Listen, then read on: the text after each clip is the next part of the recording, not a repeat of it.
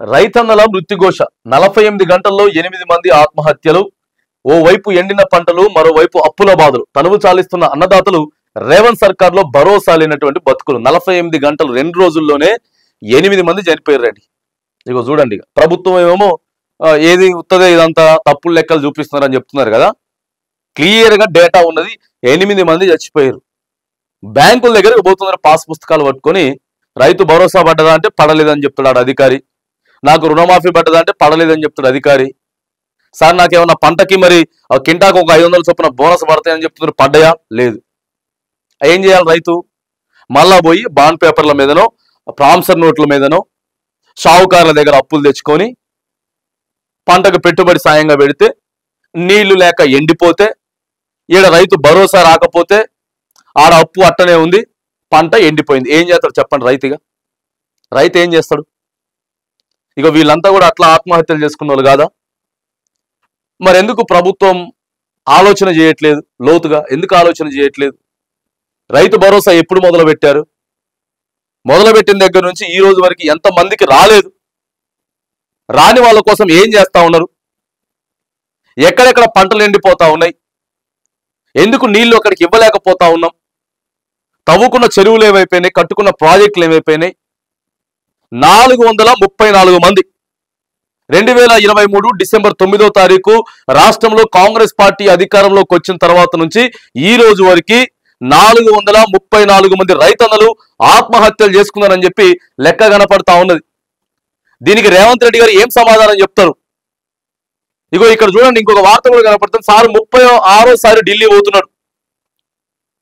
36సారి అధికారం ముఖ్యమంత్రి అయిన తర్వాత నుంచి వెళ్ళి రేవంత్ రెడ్డి గారు 36సారి ఢిల్లీకి పోతా ఉన్నారు. ఎందుకు ఇన్నిసార్లు ఢిల్లీకి పోవాలి? మరి ఇక్కడ తెలంగాణ ప్రజల గురించి ఏం ఆలోచన చేస్తా ఉన్నారు? పోయినసారల్లా ఢిల్లీకి పోయి వచ్చిన ప్రతిసారి తెలంగాణ ప్రజలకి ఏం చెప్తున్నారు? కొత్త వార్త ఏం చెప్తున్నారు? గుడ్ న్యూస్ ఏం చెప్పేది లేదు. రైతన్నలు చచ్చిపోతా ఉన్నారు. రైతు భరోసా చక్కగా రావట్లేదు, రైతు బీమా చక్కగా రావట్లేదు. అక్కడ నిన్న ఎస్ఎల్బిసి ఇప్పటికి 4 రోజులు 8 మంది దాంట్లో కూరుకుపోయిండ్రు. ఆచూకీ లేదు, పోవడానికి ఇబ్బంది అవుతా ఉన్నది. వీటి మీద ఏం చర్యలు తీసుకున్నారు? ఇవన్నీ ఆలోచన చేయకుండా సారు నేను అన్నిసార్లు ఢిల్లీ పోతా, ఇన్నిసార్లు ఢిల్లీ పోతా. దేశానికి అన్నం పెట్టే రైతన్న ఆత్మహత్యలు చేసుకుంటున్నారు. పంట పండించి 4 అన్నం మెతుకులు పెట్టే రైతన్నకు పురుగుల మందే పరమాన్నమైంది. ప్రభుత్వం పంటకు నీళ్ళిస్తుందని ఆశపడి వరి వేస్తే ఇప్పుడు ఉరితాళ్లే ప్రాణాలు తీస్తోంది. ఓవైపు ఎండిన పంటలు, మరోవైపు అప్పుల బాధలు తాళలేక ఆత్మహత్యలు చేసుకుంటున్నారు. 48 గంటల్లోనే 8 మంది రైతులు ఆ ప్రాణాలు తీసుకున్న సంఘటన అందరినీ కలిచి వేస్తా ఉన్నది. మరీ దారుణం కదండి. 2 రోజులలో 8 మంది చనిపోవడం అంటే రైతులు ఏం చెప్పుర్రి? ఎప్పుడో విన్నాం, ఓ 15-20 ఏళ్ల కిందట ఇనేది, నీళ్లు లేక ఎండిపోయి రైతన్న చచ్చిపోయిందని. ఇలా మరి ఎందుకో 10 సంవత్సరాలు 2014 నుంచి మొన్న 2024 వరకు ఎందుకు ఇది తక్కువ వినిపించింది? నిజం కాదా? రైతన్నల ఆత్మహత్యలు తగ్గలేదా? మొత్తానికి లేవని చెప్తలేం. మరి గత బీఆర్ఎస్ పార్టీ పనిచేసినప్పుడు కొంత ఆత్మహత్యలు తగ్గినాయి కదా.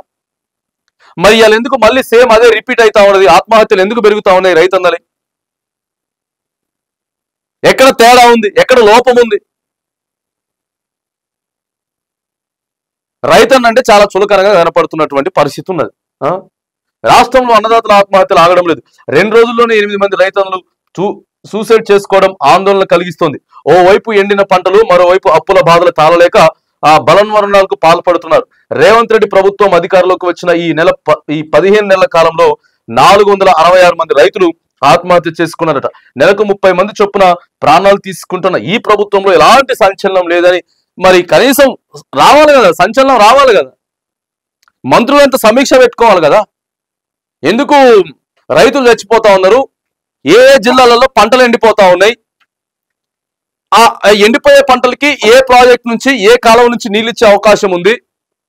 నీటిపారుదల శాఖ ఒక సమీక్ష నిర్వహించాలి కదా. ఎక్కడ సమీక్ష నిర్వహించినట్లేదు కానీ మంత్రులంతా బిజీ, ముఖ్యమంత్రి గారు బిజీ. ఇప్పటికైనా సరే దయచేసి ఒకసారి కళ్ళు తెరిచి సమీక్షలు పెట్టండి.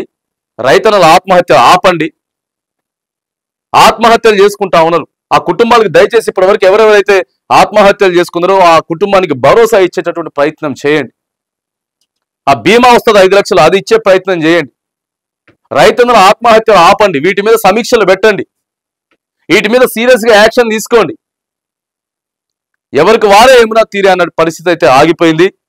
రైతన్నల ఆత్మహత్యలు ఎక్కువైపోతా ఉన్నాయి. ఇప్పుడు అసలుకే వేసవి కాలం, ఇంకా నీరు ఉండదు, పంటలు ఇంకా ఎండిపోతుంటాయి.